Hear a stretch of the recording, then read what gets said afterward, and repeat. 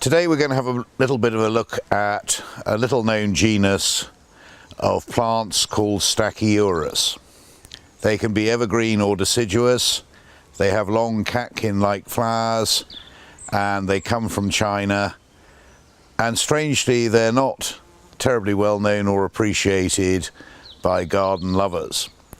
And the point of this little film is to introduce you to this genus, which is actually closely related to the hazel botanically, and just to show you, give you a taster in fact of what you should be growing in your garden as far as Stachyurus is concerned.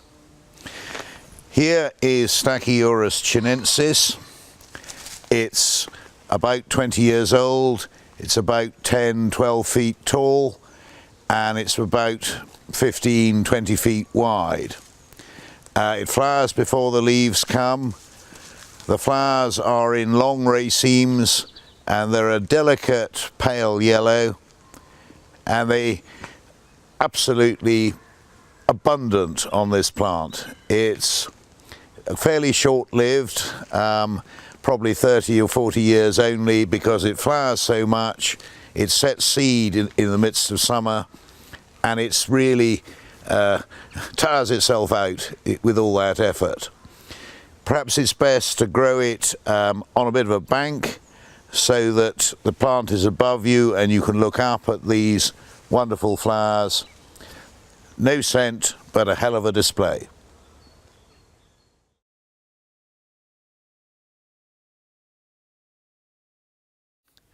So this is Stachyurus lancifolius.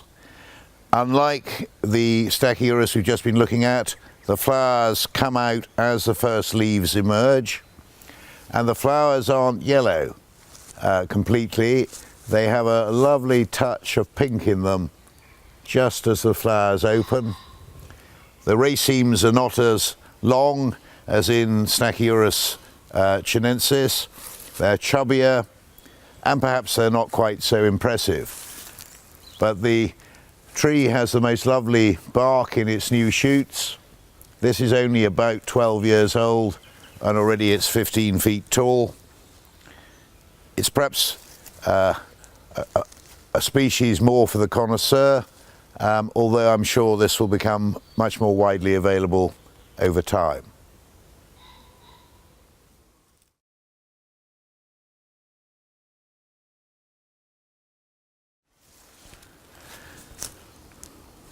Here we've got a very different sort of Stachyurus, Stachyurus yunnanensis. It's an evergreen. The older leaves have been a bit battered in the wind, and the flowers don't stand out quite so prominently, but they're really nice long racemes.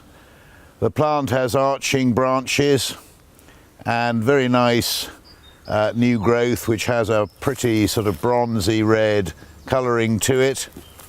The plant is very much multi-stemmed, and sadly the roe deer quite like having a good nibble at it, but fortunately it's now about 8 to 10 feet tall and therefore out of their reach, or everything other than the lower branches is out of their reach anyway.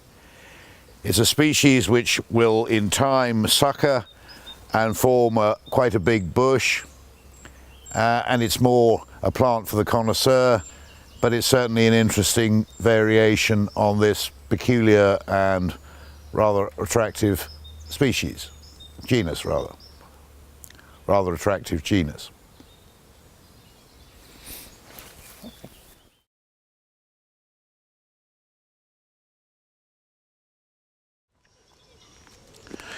So here is another and different Stachyurus, but possibly the most popular one. It looks a bit like Stachyurus chinensis, but actually this is Stachyurus praecox. The racemes of flowers are much shorter than in Stachyurus chinensis, and they've got about 12 to 18 flowers in each raceme as opposed to 25 to 30 flowers. So they're chubbier, they're squatter, and perhaps they make a better visual effect. The flowers are out well before the leaves, as you can see here. The more mature bark on the stems has quite a nice pattern on it.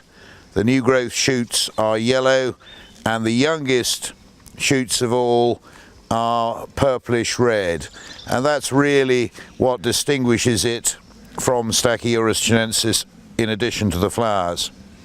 It's a multi-stemmed bush. The new shoots are going up here, they're probably 12 foot or so. Not as great a spread or width to the bush as Stachyurus chinensis, but what a beautiful thing in this sort of dappled light on a warm day. Sadly no smell, but what an intricate flower, how delightful it is to see it. And if you were only going to grow one Stachyurus variety, then I think this might well be it.